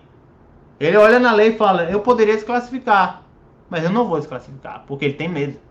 Aí ele joga a batata quente dele lá pro fiscal. Se o cara não entregar o produto conforme tem de referência, ou o serviço conforme tem de referência, o fiscal que puna, né, que aplique multa, que glose, que faça isso. Então, na prática, ocorre esse ponto. Então, assim, eu acho que é uma conjunção de erros, tanto do fornecedor que não se capacita e afunda o preço, né, não tem essa consciência de saber o preço real, né, que ele pode ofertar, e também quanto aqui da administração, tanto lá na fase preparatória, que não especifica direito o objeto, tem como você já tirar esses produtos de má qualidade na especificação. Inclusive, os próprios fornecedores não sabem disso, né, outra dica que eu falo. Você pode utilizar impugnação. Muita gente acha que impugnação, o edital, é só para tirar coisa do edital. Quando o edital está pedindo muito, você tem que tirar. Não, ele serve também ao contrário. Por exemplo, se você tem um produto bom, de qualidade boa, você participa de licitações e vê que não está ganhando no preço, porque tem justamente preços muito baixos de produtos de qualidade inferior, né? E acaba ganhando, você faz o quê? Começa a impugnar esses editais, exigindo qualidade. Porque eu falei, para que serve a licitação? Serve para quê? Entregar uma política pública de qualidade. Você citou o exemplo da lâmpada. Né? Você vê lá que a especificação pode vir uma lâmpada que você sabe que é de qualidade inferior. Você vai impugnar edital para aumentar aquela qualidade. Por quê? A questão de lâmpada na rua é segurança pública. Né? Se não estiver bem iluminado, dá margem ali a tráfico de drogas, né? Estupros, uma série de coisas. Então, você como fornecedor também pode cutucar a administração que eu falo. Né? Não fica só passivamente, vê alguma coisa errada ali no edital, impugna, peça esclarecimento, né? Começa a encher o saco para ver se muda aqui. Né? A gente faz a coisa errada e ninguém reclama, a gente acha que está fazendo certo. Né? Então, para isso serve esclarecimento, para isso serve impugnação, e usa a impugnação com estratégia. Né? Não é só impugnar para tirar coisa. Não, você pode impugnar para acrescentar coisas, justificando justamente isso. Para que serve aquilo, para aquilo que vai ser usado. Por exemplo, Instrumento médico hospitalar, você vê que do jeito que tá ali tá muito genérico, vai vir umas coisas meio estranhas lá da China. Não, isso aqui, ó, tem que ser qualidade, tem que fazer, tem que ter AF, né? Tem que ter Anvisa, tem que ter um monte de coisa, né? Para você justamente começar a tirar esses propostas muito baixas que não vai nem passar. Quando for apresentada a proposta e o pregoeiro ele vê que não atende ao termo de referência, as especificações lá do edital, ele mesmo já vai desclassificar. E aí vai acabar desclassificando todos esses daí que não oferecem de acordo com o edital e ficar quem de fato oferece. E é justamente isso que eu falei, vai garantir a qualidade. E assim, dentro da qualidade, aí eu vou pelo menor preço. Professor, fazendo um adendo, o agente de contratação, o funcionário público, ele se sente coagido. Esse acórdão 1211, eles utilizam o excesso de formalismo e, por exemplo, eu já vi várias empresas fazendo uma declaração de execuibilidade que simplesmente, professor, é infundamentada, porque ele não está fundamentando o seu preço, é apenas uma declaração sem uma base, sem um fundamento para comprovar. Tem várias formas, né, em obras diárias, que é os CTPS, os contratos, né, celebrados com a administração pública, o preço dos insumos, enfim, um compêndio. Atente você, licitante, que está nos vendo aqui, fornecedor, essa dica valiosa que o professor Dr. André Marques está nos fornecendo. Tem pessoas que, numa mentoria, pagam para ouvir isso que você está ouvindo de forma técnica, de forma não de um olhar amador, mas de um profissional que exerce a sua função com excelência. Eu costumo dizer que o professor, o Dr. André Marques, ele é um guardião, educador dos princípios da tramitação do processo licitatório, tanto quanto na parte da administração pública e para você, licitante. E precisa de ter essa consciência. E eu vi vários embates com o Acordo 1211, com a juntada de documentos que é pré-existente. Isso abriu grandes prerrogativas para discussão, né? Eu acho que é uma das maiores, né, professor? Essa questão também da juntada de documentos ali, da diligência, obrigatoriedade de diligenciar, visando, mas eu vejo uma certa forma o agente de contratação ele coagido com medo dos órgãos fiscalizadores e regulamentadores que são os tribunais de contas. Então esse conceito, talvez alguém que vá assistir o podcast, é um agente de contratação, é um funcionário público ali, desde a parte ali da fundamentação do ETP até o final ali da homologação, execução, entrega do objeto. É importante atentar para essas dicas que o professor está nos instruindo. Você, licitante, também atente para entender as etapas e se posicionar, a questão da impugnação do edital, né? Faça de forma coerente, né? De forma correta, fundamente bem, porque o maior beneficiado vai ser a população, não é verdade, professor? Exato, né? É o conhecimento, é o principal ponto, conhecer o processo e também esse conhecimento não só ali teórico, né? Logicamente importante, mas o prático, né? De você participar das licitações, ver como é que funciona ali o processo, entender daquele objeto que você quer empreender. Vou vender água, beleza, então vou entender de água, né? Se tem que ter atestado, se não tem que ter, né? Se tem que ter outra qualificação, se não tem que ter, até que ponto o edital aqui está exigindo de menos, está exigindo de mais, né? Então você tem que ter conhecimento ali daquilo que você vai prestar, seja produto ou seja serviço. Mas não tem, então procure alguém que tenha, profissionais lá da área, né? E se capacite, entender tanto do processo teórico quanto do objeto, para você poder formular ali uma impugnação se for necessário, né? Ou até mesmo um recurso, uma contrarrazão, ou até mesmo a representação no Tribunal de Contas, né? Tem que ter esse conhecimento teórico e o conhecimento técnico, que é do produto em si ou do serviço que você está vendendo, porque a gente tem que tirar esses aventureiros, né, das licitações, porque eles causam grande prejuízo, né, tanto para os outros fornecedores, até bons fornecedores falam que não, eu faço tudo certinho aqui, mas não chego nem perto, não vou mexer mais com isso. Então acaba que você tira os fornecedores bons, que tem um produto de qualidade, técnico e acaba deixando esses aqui que amadores, que muitas vezes nem conhece do produto que está dando preço, nem o preço ele sabe dar depois que ele vai atrás, né? Então isso vai mudar, que vai começar, a gente vai fazer a nossa parte, né? Tem que começar de fato aqui penalizar. Deu a proposta, não honrou a proposta, né? É penalizar, porque é uma infração que está descrita expressamente lá no artigo 155 da lei, que gera o quê? O impedimento de licitar. Então tem que abrir o processo contraditório pela defesa e depois aplicar a penalidade. E vai começando a aplicar e vai tirando esses fornecedores, né, que não sabem direito do processo. Porque eles estavam acostumados lá antes do que? Ah, posso dar qualquer preço, no máximo que aconteça comigo ele me desclassifica, eu vou para outra. Agora não é mais assim. Deu preço, não honrou a proposta, vai receber um processo administrativo. Deu preço, não entregou os documentos de habilitação, vai responder o processo administrativo. Até deu ali a habilitação, mas viu depois que estava muito baixo, não assinou a ata, não assinou o contrato, vai responder processo administrativo. Né? Ou então até assinou, mas tem uns que até assinam, não me preocupo com isso. Vai preocupar quando? Quando recebe a ordem de serviço para entregar. Aí que ele vai atrás. Aí vê que o preço que ele deu, ele não consegue nem na fábrica. E aí o que acontece? Não entrega, vai ser penalizado em execução total do contrato, gera o que? Impedimento. Então a própria administração tem que começar a fazer a parte dela de educativa também nesse ponto e, querendo ou não, as penalidades têm uma função educativa. Que é o próprio licitante, eu já fui penalizado aqui, eu não quero que isso aconteça de novo. E também os outros falam, ó, esse órgão aqui, se fizer qualquer coisa errada, ele penaliza. Né? Ou duas uma, eu vou fazer direito ou nem vou participar. Né? Então a gente acaba também filtrando. E do outro lado, o fornecedor também tem que se capacitar, conhecer bem do processo, conhecer bem do produto ou do serviço, para dar lances aí com consciência e ele mesmo tentar eliminar a concorrência.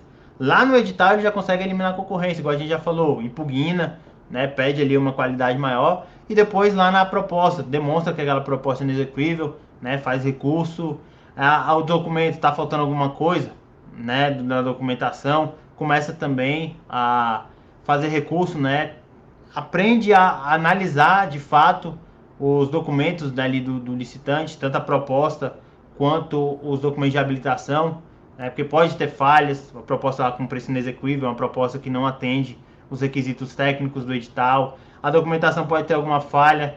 Fiscal social e trabalhista até é difícil, né? Até difícil ter falha, porque se estiver faltando alguma coisa, o próprio pregoeiro pode entrar lá e ele mesmo baixar e toca a bola, isso não tem problema.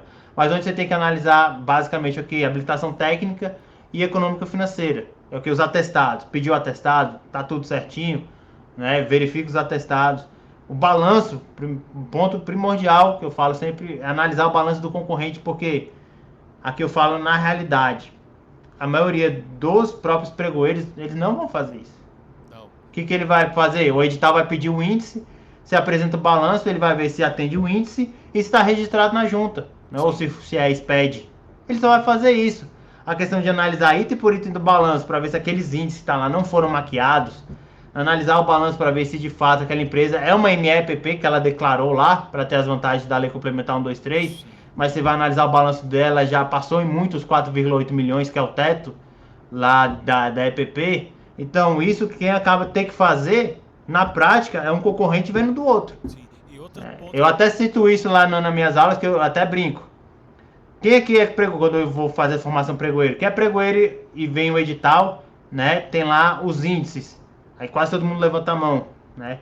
Quando chega o balanço, quem confere se os índices de acordo com o balanço está certo? Né? Você escuta um mosquito passar na sala. Então eu sempre falo, então para que pede? Se você não vai conferir se está certo, então não pede. Né? Porque acaba sempre isso, o modelo é esse, pede isso, uma coisa também errado, muita gente acha que tem que pedir tudo na habilitação, não tem que pedir tudo. O rol que está lá é um rol máximo, né? Eu posso pedir menos, eu não posso pedir mais, né? Mas isso é para outros assuntos. Mas justamente é esse ponto que você tem que se atentar para quê? Para você também ir eliminando os seus concorrentes, né? Seja em relação à proposta, seja em relação à habilitação. Interessante, professor. Esse ponto que o senhor falou, até o município aqui no estado do Rio Grande do Sul, ele adota, que é o município de Passo Fundo, uma gestão de excelência, os profissionais, funcionários públicos que tramitam os processos. Houve empresas que deram o lance, você licitante atente para isso, para você não cometer esse erro. Der o lance e simplesmente na juntada de documento, o professor não apresentou a documentação de habilitação, a gestão abriu o PAA, o processo administrativo, punitivo, para sancionar aquela empresa para evitar esse tipo de conduta dentro do processo. Então é muito importante. Essa parte do balanço patrimonial também que o senhor enfatizou é importante, é importante salientar. Vai lá. Hoje eu estava falando com um amigo que tramita processo e os balanços patrimoniais deles não é registrado. Registra lá na junta comercial, faça seu SPED, analise bem com o seu contador. É muito importante ter um contador qualificado para o processo, porque existe contador, existe contadores. São duas formas. Eu costumo dizer que o contador que atua no processo licitatório, que tem conhecimento de formatar o seu balanço patrimonial compatível ali, né? O balanço, o livro, o termo de abertura, encerramento, o recibo, o DLPA, o DRE, os índices, os coeficientes, as notas explicativas, compatível para que a empresa possa ser qualificada econômica financeira para demonstrar, professor, correto? Uma saúde financeira para a execução do objeto. Agora eu quero perguntar ao senhor sobre aquele empreendedor que está nos assistindo, que ele tem um MEI.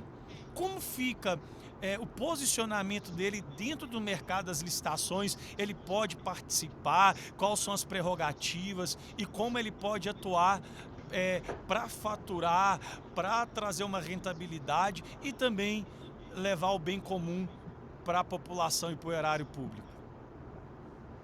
O MEI ele pode participar normalmente, né, das licitações, só tem que se atender, né, às regras que está lá no edital. Uma confusão que acontece bastante, né?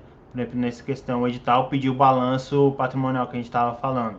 Né? Pelo Código Civil, o MEI não é obrigado a apresentar balanço, mas lá no Código Civil, né, o que rege aqui a lei, né, a 14133, e se o edital pediu, ele vai ter que apresentar. Inclusive já tem decisão do Tribunal de Contas da União falando nesse ponto, né, que pese lá ele ser dispensado no âmbito civil, aqui na licitação é âmbito administrativo, que rege aqui é a lei 14133, não é o Código Civil. Então se o edital pediu, ele tem que apresentar. Ele pode impugnar? Pode, mas aí você tem que ver a questão da fundamentação. Se ele só impugnar falando, eu vou impugnar porque para tirar essa exigência de balanço patrimonial de MEI, não vai ser deferido. Por quê? Porque tem que ter.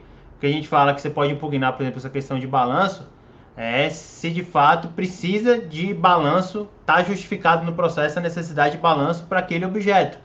Isso parte lá da Constituição, lá no artigo 37, inciso 21, que fala claramente que a habilitação técnica e econômico-financeira vai ser exigido conforme, né, o objeto.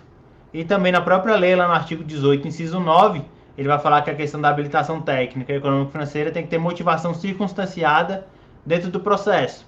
Então você vai pegar e ver se tem essa motivação para exigência de atestado, né, de capacidade técnica ou de balanço, né, da habilitação econômico-financeira, se está justificado lá no termo de referência.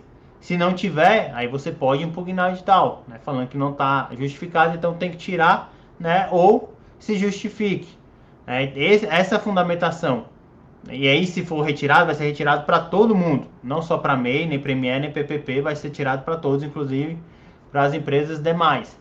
Né? Então, assim, o MEI pode participar, mas se tiver exigindo balanço, ele vai ter que apresentar, ou ele impugna o edital, mas aí não falando que MEI é dispensado, mas falando que não tem motivação, né, não tem justificativa, ou então que mesmo tendo uma justificativa, ele não concorda que aquele objeto é muito simples, por exemplo, é uma entrega imediata, não é um serviço, é uma entrega imediata, vai ser entregado de uma vez, então não tem a necessidade de se comprovar, né, são poucas quantidades, né, muitas vezes numa dispensa, já vi várias dispensas pedindo habilitação econômico-financeira, que eu acho um absurdo.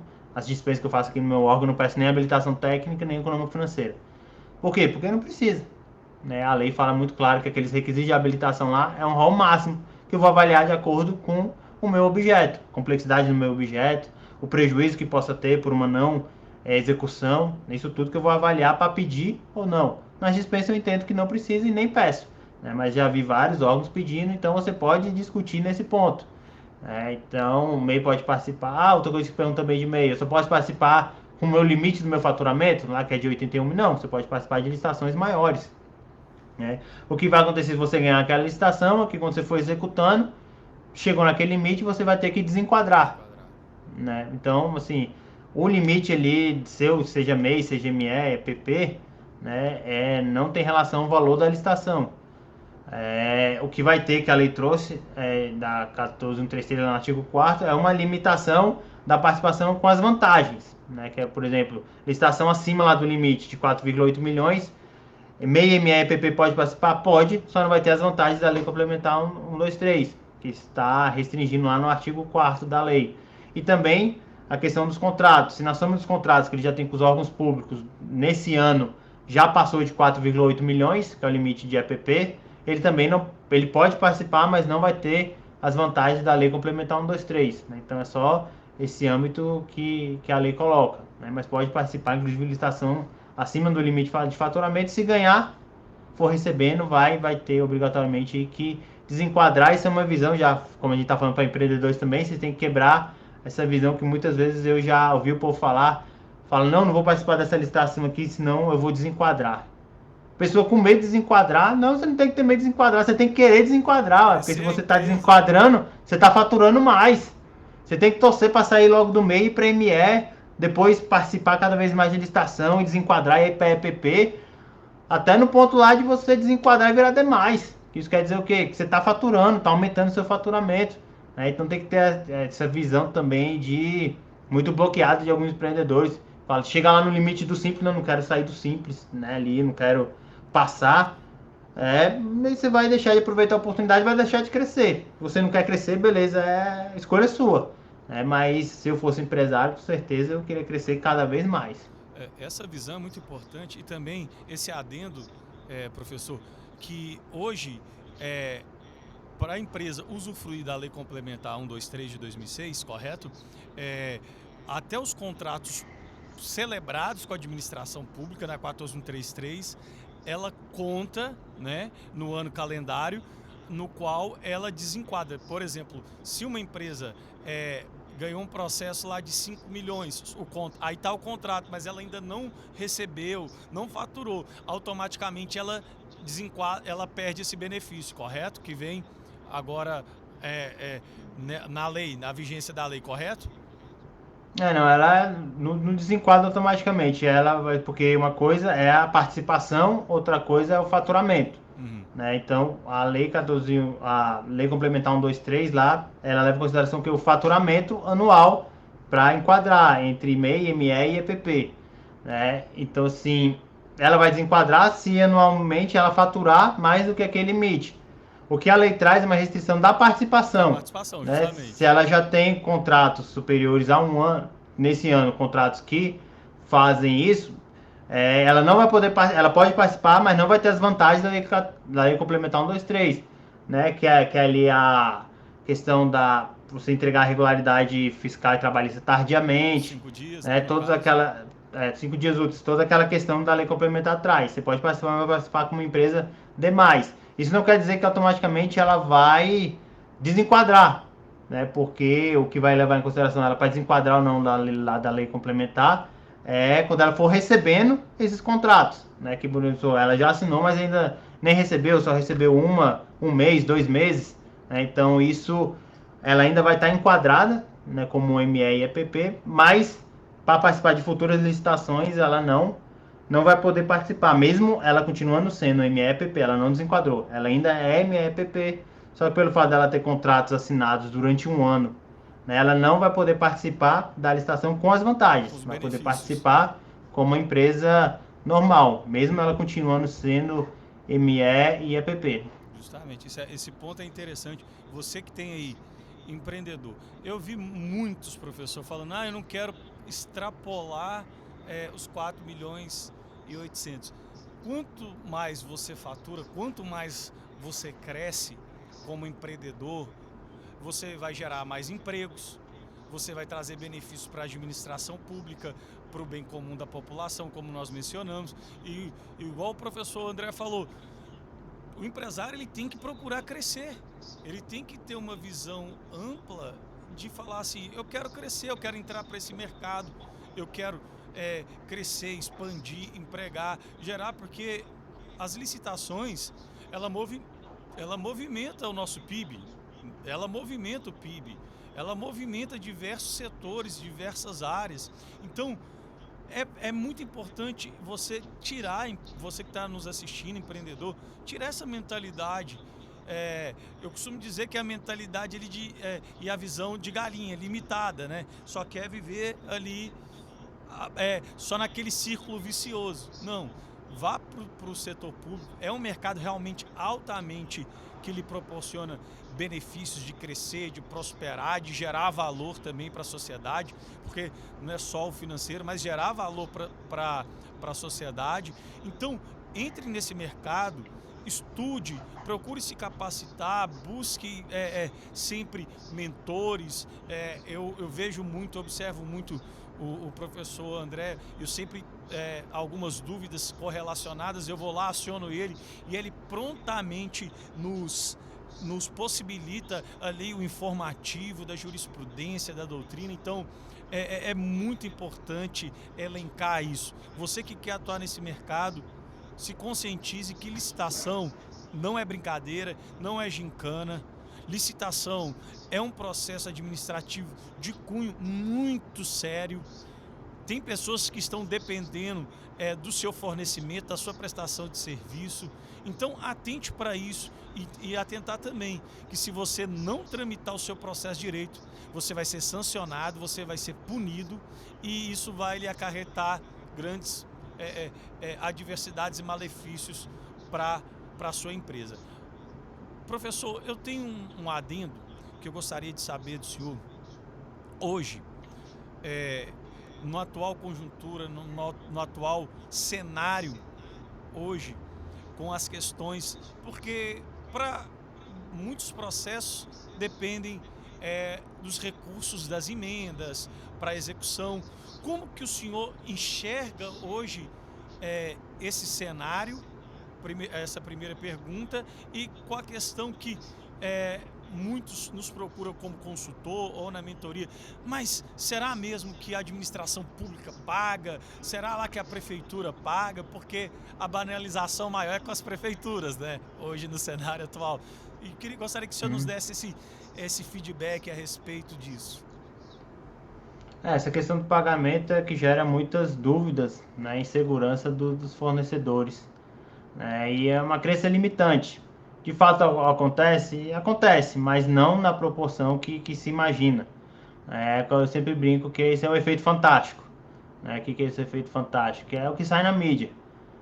E é uma das crenças limitantes que justamente que se tem várias, né? Isso acaba criando essas crenças nos licitantes, nas empresas, né? Nem licitante que não participa ainda, mas até afugenta elas de participarem, que é justamente isso. Só tem corrupção, só carta marcada, não paga, né? E isso pode acontecer, pode, mas no ótimo de Pareto ali, que acontece em qualquer outra fase, né? Entre as próprias empresas, entre advogados, engenheiros, né? Médicos, de qualquer ramo, né? Vai ter corrupção. Mas o que acontece, esse efeito fantástico é que só sai na mídia o negativo, que acaba gerando essa impressão que é todas. Né? Eu sempre brinco igual avião. Quantos pousos e decolagens acontecem durante o dia? Né? Por exemplo, no aeroporto aqui de Brasília, que é o terceiro maior do país. Né? Milhares. Mas sai a mídia vai noticiar. Você vai ver o Jornal Nacional lá, o Ineboli falando. Hoje no aeroporto de Brasília nós tivemos 5.714 decolagens, né, e 6.515 pousos, e nenhum problema. Vai sair isso? Também não vai ser o quê? O avião caiu. Né? Durante um ano, juntando tudo isso, deu mais de 1 milhão de aterrissagens e decolagens, caiu um. Vai sair na mídia qual? Esse que caiu. Né? E sai de um jeito que você acha que todo aeroporto não presta, que todo avião não presta, você fica com medo até de pegar avião, vai querer andar de ônibus. Esse que, infelizmente, é o efeito da mídia aqui no Brasil, que só vira notícia coisa ruim. Com a licitação, a mesma coisa. Quantas licitações acontecem? Né? Só no Compras ali tem dia, né, que eu vejo tem mais de 1.000 editais publicados num dia. Né? Quantas licitações acontecem? Quantas dão problema? Ínfimas. Mas qual que vai sair na mídia? Qual que vai sair na capa do jornal lá no Metrópolis? É justamente a que deu problema, né? Que teve corrupção, que teve desvio. né? O que não foi planejado diretamente, você vai ver lá, não sei se foi no Rio, não sei em qual município foi, que comprou a mochila quase do tamanho dos meninos, né? Os meninos quase cabiam dentro da mochila, ou comprou um uniforme grande, falta de planejamento. Então, essas aberrações vão sair, né? Mas elas são ínfimas, tá dentro ali, não fala, chega nem a 5% do processo. A questão de pagamento é a mesma coisa, né? Pode não pagar, atrasar o pagamento, acontece, mas não na proporção que se imagina, tá? Também ali, não vou falar de 10%, né, do que acontece. Aí vai depender agora do órgão, né, da esfera, que é justamente esse ponto. A área federal é quase zero, né, porque é o maior caixa, né, é o maior arrecadador, então dificilmente vai sequer atrasar o pagamento, não pagar isso de forma nenhuma. Áreas estaduais, né, também arrecadam muito, então dificilmente vai sequer atrasar pagamento. Quando começa a descer para o município é que a gente começa a ter alguns problemas, que aí de fato é bom o fornecedor ficar de olho, né? Que ele tem várias formas de agir. Eu sempre digo ali, quando eu falo para os fornecedores, ele tem pelo menos 3 formas de agir. Uma previamente, né? Uma concomitantemente e uma posteriormente. A previamente é o quê? Né? Eu vou vender para esse município aqui, eu olho, entro lá na capacidade de pagamento, CAPAG do Tesouro Nacional. Né? E lá você tem uma ideia da saúde financeira daquele município, porque infelizmente a gente tem mais de 5.700 municípios. Muitos deles, a grande maioria, eu acho que 70, 75%, com menos de 20 mil habitantes. E esses municípios pequenos, eles não conseguem arrecadação própria para se manter, né? Pagar os funcionários e investir, fazer investimento, né? Fazer compra e licitação. Eles acabam vivendo basicamente do que? Do FPM, que é o Fundo de Participação dos Municípios, que é o dinheiro que a União manda e o que o Estado manda para o município. Então, assim, você tem que analisar essa saúde financeira antes até mesmo de escolher de participar de licitação daquele município ou não. Então, você pode usar o CAPAG como esse ponto. Né? Portal de transparência também, né? Tem uma série de outras questões que você consegue verificar para fazer isso previamente. Concomitantemente, é o que a gente sempre fala, que acompanha, né? Porque tem muito licitante que vai, ganha a licitação, entrega o produto, emite a nota e some, né? Ele está em município pequeno, muitas vezes o processo nem é eletrônico. A gente que utiliza o SEI, então é tudo eletrônico. Mas tem município pequeno que não utiliza o processo eletrônico, ainda é físico, é papel. Né? Você manda a nota por e-mail, o cara vai, imprime a nota, bota no processo, mas tem um monte de processo, ele tem que fazer um monte de coisa, e o processo vai se perdendo. Então o que eu falo, é para ficar enchendo o saco mesmo. Né? Nesses municípios que não é eletronicamente ainda, essas coisas, entreguei a nota fiscal, eu vejo no edital quanto tempo eu tenho que receber. Mas não vou esperar esse tempo, 30 dias a partir do recebimento definitivo. Não vou esperar isso para já tomar atitude. Entreguei, passou uns 3 dias, eu ligo. Ó, mandei a nota por e-mail com os documentos, como é que tá aí? Né, já recebeu? Tá certinho? Precisa de alguma coisa? Alterar alguma coisa? Esse feedback, essa interpretação. Ah, tá. Então, o que eu falo, relacionamento com o órgão. O licitante tem que construir esse relacionamento com o órgão. É de ligar, de falar, de tirar dúvidas, de perguntar. E às vezes até encher o saco, porque o cara liga e fala, como é que tá aí? Tem alguma coisa? Precisa ajeitar alguma coisa? O cara fala, rapaz, você acredita que eu nem vi que eu recebi seu e-mail? Vou olhar aqui. Aí de fato eu recebi aqui. Ou seja, você já adiantou. Né? Você ligou depois de 2 dias. Se você fosse tomar essa providência depois lá do prazo de 30 dias, o cara não tinha nem lido seu e-mail com a sua nota. Né? Então é ter essa diligência, ligar e recebeu. Ah, recebi agora. Ah, vi agora, recebi. Tá, e agora? Você vai mandar para onde? Não, aqui eu sou aqui da área, mas vou mandar lá pro fiscal, ele vai ter que conferir para fazer o recebimento definitivo, não sei o que. Ah, tá, beleza, esse fiscal aí é da sua área? Não, é da área tal. Você tem como me passar o contato de lá? Tenho, tá aqui, o fiscal é tal. Espera mais 2 dias e liga. E aí o pessoal lá fala o nome, me passou o seu contato, seu fiscal, né? Eu entreguei. Eu queria saber se tá tudo certo, se tá tudo certinho, se não tá faltando nada, né? A gente sabe como é que transportadora é, né? Pode ter chegado uma coisa estragada, não sei o que. Ele fala, rapaz, não mandaram aqui pra mim não, deixa eu ver. Aí o cara vai atrás, então você tem que ser diligente. O fiscal recebeu, vou mandar agora lá pra contabilidade. 2 dias, liga lá pra contabilidade aí. Como é que tá? Já fez a entrega definitiva? Já fez a liquidação? Né? Como é que tá aí o processo? Tem que ter esse ponto, principalmente quando a gente tá falando de município. Órgãos federais, estaduais, nem precisa, porque muitas vezes o processo é até eletrônico. Né? Você consegue acompanhar isso entrando lá, tendo o número do processo, você joga, você vê a tramitação, mas o físico ainda não, então você tem que ter essa diligência. e não esperar passar o prazo lá dos 30 dias lá que o edital vai falar para você tomar providência. Não, você ficar enchendo o saco mesmo. Liga todo dia que uma hora o cara, por exemplo, seu processo está na pilha. É o último lá para pagamento. Já liquidou, tá faltando só pagar, mas o cara tem uma pilha desse tamanho, né? Que toda hora chega o prefeito lá e tal, tem que pagar isso aqui passa na frente, não sei o que lá, não sei o que. Lembrando que pela lei 14.133, ou não respeitar a ordem cronológica de pagamento é inclusive crime, tá lá no Código Penal. Mas vamos supor, aí você liga lá e fala, como é que tá? Aí você fica enchendo tanto saco e fala, não aguento mais esse cara ligando pra mim não, vou pegar logo o processo dele, dar um fim pra ver se ele para de mexer o saco. Então é isso, tem que ter diligência, relacionamento e conversar pra quê? Tem lugar que tá no burocrático ainda, foi aquilo que a gente falou. Ainda tá nessa lentidão, né? Ainda tá nessa tartaruga com cãibra aí. Então tem que começar a provocar de duas umas. Ou o cara vai, não, de fato tá certo, eu vou providenciar, ou ele vai fazer isso para você parar de encher o saco dele. E depois, posteriormente, que é o que a gente nunca quer, o que passou todo o prazo lá, não recebi, tentei entrar em contato, falei, né, mandei e-mail, notifiquei o órgão, não teve jeito. Eu falei, eu vou fazer uma notificação extrajudicial, né, já dando prazo, informando todos os critérios ali, né, que eu entreguei conforme edital, tá tudo certinho. E o órgão que desrespeitou o que está no edital, né, que é obrigação do edital, conforme está na lei, é falar qual é o prazo de pagamento. A partir de 30 dias, 15 dias, 20 dias, a partir de quando? Né, do recebimento, da entrega, da nota fiscal. Ele vai te falar o prazo e vai te falar a partir de quando você vai contar esse prazo. Você demonstra que você entregou no prazo correto, que o edital deu para você entregar, mas que a administração não fez a parte dela de te pagar no prazo que tinha que pagar. Então, é isso que você vai ter que fazer, e aí notifica extrajudicialmente e dá um prazo. Né? Geralmente o mesmo prazo lá que o edital, 30 dias, dá 30 dias para resolver. Não resolveu, a partir dessa notificação você vai ter que acionar o judiciário, né? Para pegar esse dinheiro, tentar reaver esse dinheiro, né? Porque você prestou o serviço, entregou o produto, a própria Constituição garante isso, né? Que você tem que receber. Então é um direito seu. É um direito seu, senão é enriquecimento ilícito do Estado, né? Ele auferiu da vantagem ali do produto ou do serviço e não fez a contraprestação dele, que é o que é de pagar. E aí você, no último caso, recorre ao judiciário, que é o que a gente nunca quer. Sempre tenta resolver administrativamente, porque é ruim tanto para a empresa quanto para o órgão. Se chegar no judiciário, a empresa vai ter que desembolsar com advogado, né? Pagar custas e tal isso. E é ruim para o órgão também, que o quê? Que tem juiz aí que é meio doido e manda bloquear as contas do município. Né? Então, é todo esse trâmite aí que a gente é sempre bom tentar resolver administrativamente.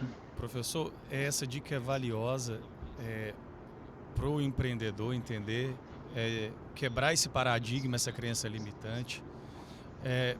Nós já chegamos, né, professor, ao fim. É muito pouco tempo para muito conteúdo vasto que o Senhor nos proporcionou. Eu quero externar aqui a minha gratidão por compartilhar de tanto conhecimento.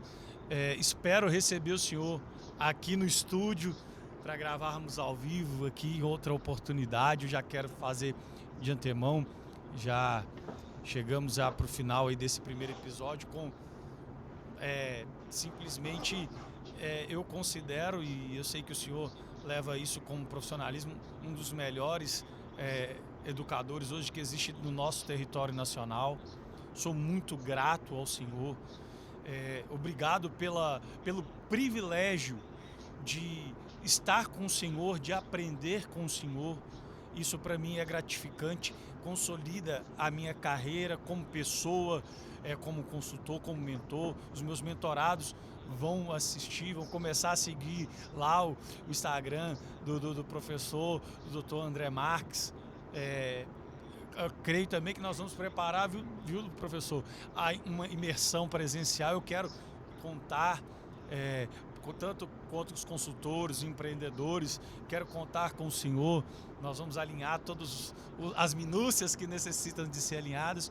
E para nós finalizarmos esse primeiro episódio, que foi sensacional compartilhar, para nós fazermos essa consideração final e externamos aqui toda a nossa gratidão que esse programa, esse podcast, Lealcast, que vem trazer essa consciência de tudo sobre licitações e empreendedorismo, e contamos com essa presença ilustre, que é o nosso professor Dr. André Marques.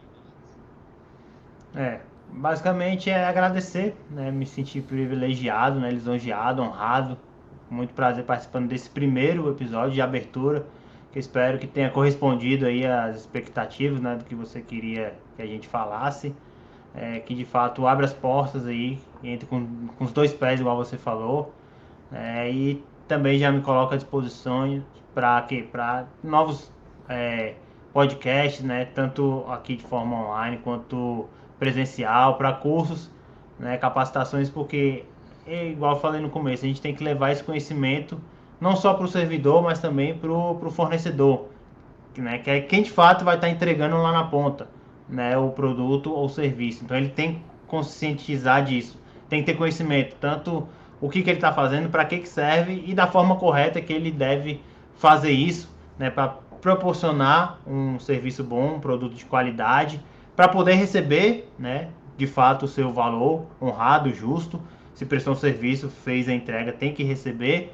E também de quebra fazer isso de forma correta para quê? Para não ser penalizado durante todas as fases do processo, seja na fase da escolha do fornecedor, seja na execução contratual, e assim poder ganhar seus atestados de capacidade técnica e poder participar cada vez mais de pregões maiores. A gente consegue até verificar justamente esse crescimento. Você entra como MEI, né, ali não tem balanço, faz o balanço de abertura, né, mas ainda não tem atestado, então começa a participar de dispensas que não pedem atestado, vai juntando, né, esses atestados, vai crescendo, a partir daí você já consegue participar de pregões menores, vai subindo, vai participando de pregões maiores, né, e depois começa a participar de concorrências, né, depender ali do objeto, falando principalmente de obras e serviços de engenharia, e quebrar esse paradigma, que é justamente o que a gente falou de não querer crescer, ficar ali no ME, PP, não querer desenquadrar, porque isso vai te impossibilitar, inclusive, de participar de licitações maiores, que é justamente você vai ter atestados técnicos reduzidos,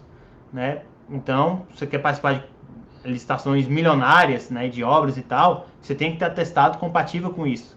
Isso você só vai ter se você for crescendo, né? Crescendo, pagando entregas maiores, né? Produtos maiores, serviços maiores, vai crescendo e juntando atestado que vai te capacitando, cacifando para você participar de licitações maiores, que cada vez você vai vendo que vai saindo, cada vez que a gente sobe mais, você vê que o amadorismo vai diminuindo, né? Porque justamente tem menos empresas participando, porque justamente tem menos empresas aptas a poderem participar, né? Quando a gente pega a habilitação econômico-financeira, habilitação técnica, isso já vai justamente eliminando a competitividade, né? Então é por isso que eu falo, muito mais fácil você ganhar um pregão ou uma concorrência de milhões do que uma dispensa, né? Porque você vai ver que a concorrência é muito maior, né? E lá não, fica 5, 6 empresas, né? Então você tem que ter isso na mente e ir crescendo. Você consegue crescer também nas licitações da mesma forma que você cresce no privado, você consegue crescer também nas licitações, né? Vai partindo do meio, dispensa, vai participando, juntando testado. E isso você vai melhorando seu conhecimento técnico, seu conhecimento jurídico, tanto da licitação em si, quanto do produto ou serviço que você oferece, né? Que é a parte técnica, que você tem que juntar, né? O teórico prático com o técnico. E aí vai crescendo, né? Então, eu fico muito feliz de poder falar isso para os fornecedores, né? Já falei isso para os servidores já há mais de 10 anos, mas para os fornecedores é muito bom, porque a gente tem que educar esse mercado e vai ser melhor para a gente. Quanto mais fornecedores capacitados que entendem do assunto, né? Melhor para mim, vou ficar mais tranquilo com o resultado da minha licitação e vou saber que lá na ponta vai ser entregue um produto ou um serviço de qualidade para a população, que é isso que pede a lei de todos, né? A lei, quando fala dos princípios, ela não fala só para a administração, é para todos, né? Então a questão da eficiência, eficácia e efetividade é para todo mundo, e a gente só vai conseguir alcançar isso se a administração e fornecedor tiver imbuído nesse mesmo sentimento e né, nesse instinto de parceria, né, de vamos juntos levar a esse ponto, e o conhecimento é primordial para todos os lados. Perfeito. Obrigado, professor, por esse episódio. Um forte abraço, agradecemos. Você que gostou hoje desse episódio aí, com essa presença ilustre do professor, doutor André Marques, um especialista na área, se inscreva aí no canal, ative as notificações, acompanhe mais conteúdos e tenho certeza que vamos aqui ter muitos episódios como esse, que agregou muito conhecimento. Você empreendedor, você licitante, você agente de contratação, você quer atuar no mercado das licitações, esse mercado é para você. E aqui nós viemos para transformar sua mentalidade para poder faturar e prosperar e também trazer um bem comum para a população. Fica aqui um abraço, até o próximo episódio, nós te aguardamos.